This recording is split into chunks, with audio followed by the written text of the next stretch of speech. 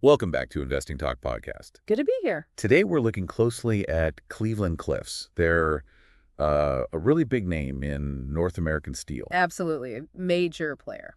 You've pulled together a lot of info, financials, industry context, news, market sentiment, the works. Tried to get a broad picture. So the plan is to sift through this, pull out the key takeaways, and get a better handle on what's happening with the company. Let's get into it. What jumps out first from the numbers? Well, looking at the financials, there seems to be a bit of a disconnect between revenue and profit. That's putting it mildly. So full year 2024 revenues were what, $19.2 billion? Yeah, down from $22 billion a year before, and actually down about 2.1% over 3 years. And the latest quarter. Even steeper. Right, a 15.4% drop year over year, down to $4.33 billion. So the top line is definitely shrinking. It is. But like you said, the real story seems to be further down the income statement. Okay, let's unpack that. The profitability picture looks rough. Right. For 2024, a GAAP net loss of $1.57 per share. Even adjusted, it's a loss of 73 cents. Which is a huge turnaround from 2023 when they had positive net income, both GAAP and adjusted, or $80.78 and $1.07 respectively. And the forecast for the current quarter isn't much better, is it? Expected loss of 80 cents per share. That's the projection. It suggests the pressure is ongoing. So what's driving this big swing from profit into loss? Is it just the lower revenue, or? It's probably a combination of things. Lower revenue hurts, obviously, but it could also be higher input costs, maybe production issues, pricing pressures in the steel market. Could be several factors hitting at once. Okay. And because of that loss, the usual PE ratio doesn't really tell us much right now. Correct. It's not applicable. Though it's worth remembering, like the notes say, steel companies often have lower PEs anyway. It's a commodity business, lots of price swings. True. But going from profit to loss is still a significant shift. No doubt about it. It definitely changes how you look at the company's health. Speaking of health, what about their balance sheet? The debt-to-equity ratio is around 1.06. 1.06. What does that number signal to you? Well, it means they're using a fair bit of debt compared to equity. For every dollar of equity, they have about $1.06 in debt. And in an industry like steel, which goes up and down with the economy. Exactly. That level of leverage can magnify things. It can boost returns when times are good, but it can really hurt when things slow down. Makes them potentially more vulnerable. So something to keep a close eye on. Definitely. And related to that, there's the free cash flow situation. Right, a deficit there too. Okay. $677 million deficit. What's behind that, do you think? The notes suggest it's driven by capital expenditures, investing in their facilities, and also managing their debt. Which makes sense. They might be spending now hoping for future efficiency gains. But how does that cash flow deficit connect back to profitability? Well, it feeds into the negative return on equity, right? If you're losing money and burning through cash after investments. You're not generating a positive return on your shareholders' equity. A negative ROE isn't what investors want to see, especially when you compare it to competitors who might be in positive territory. It raises questions about efficiency. Okay, so that's the financial snapshot. Let's shift gears a bit. What exactly is Cleveland-Cliffs' niche in the steel world? The notes mention high-end products, especially for automotive. That's their focus. They aim for the more specialized, higher-value steel segments. Think automotive body panels, things that require specific properties. Supplying car manufacturers. Right. The auto industry needs high-quality, consistent steel. Meeting those demands can be a good business, maybe higher margins than basic steel. But there's a downside mentioned too. Higher fixed costs. Yes, that's the trade-off sometimes. Having the facilities to produce that specialized steel can mean higher fixed operating costs. So if demand dips, especially from the auto sector, Those costs can really weigh on profitability during a downturn, makes them more vulnerable. potentially, yes, it ties back to that cyclicality. And how do they stack up in the overall U.S. steel market, Oh, they're a huge domestic player, one of the biggest in flat-rolled steel. but facing challenges? Seems so.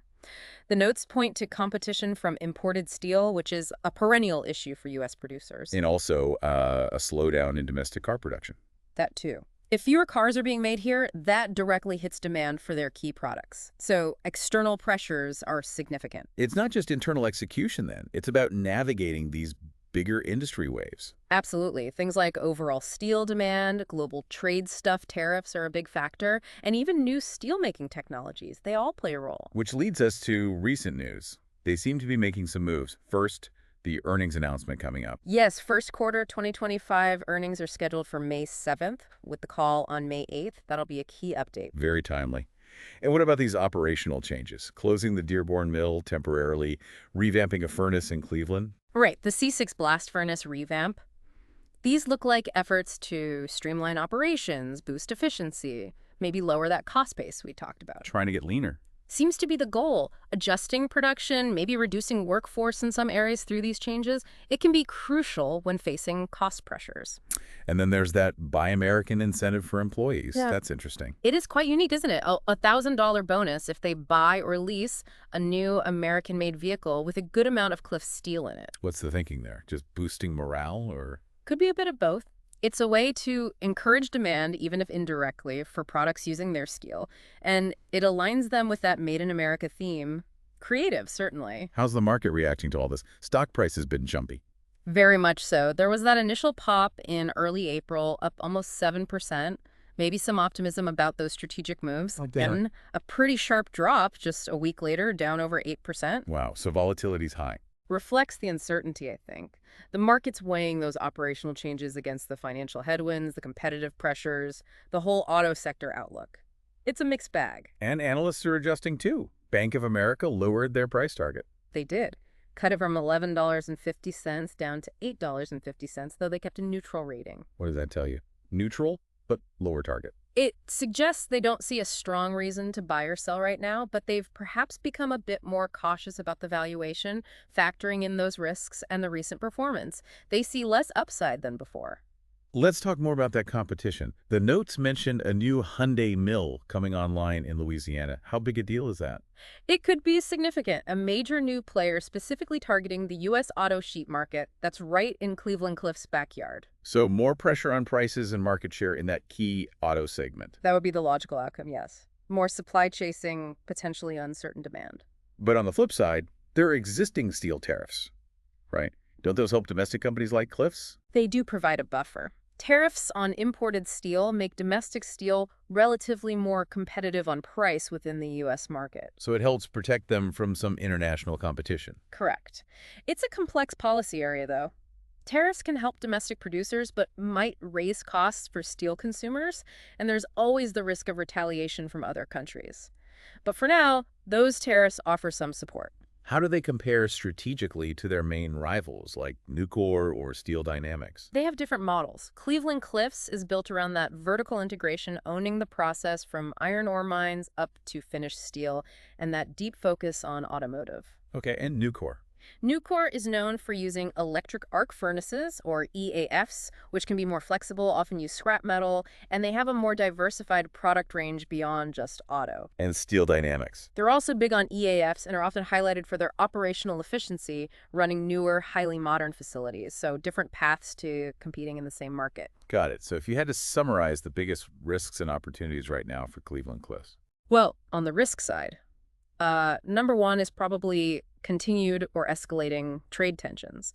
New tariffs, retaliation.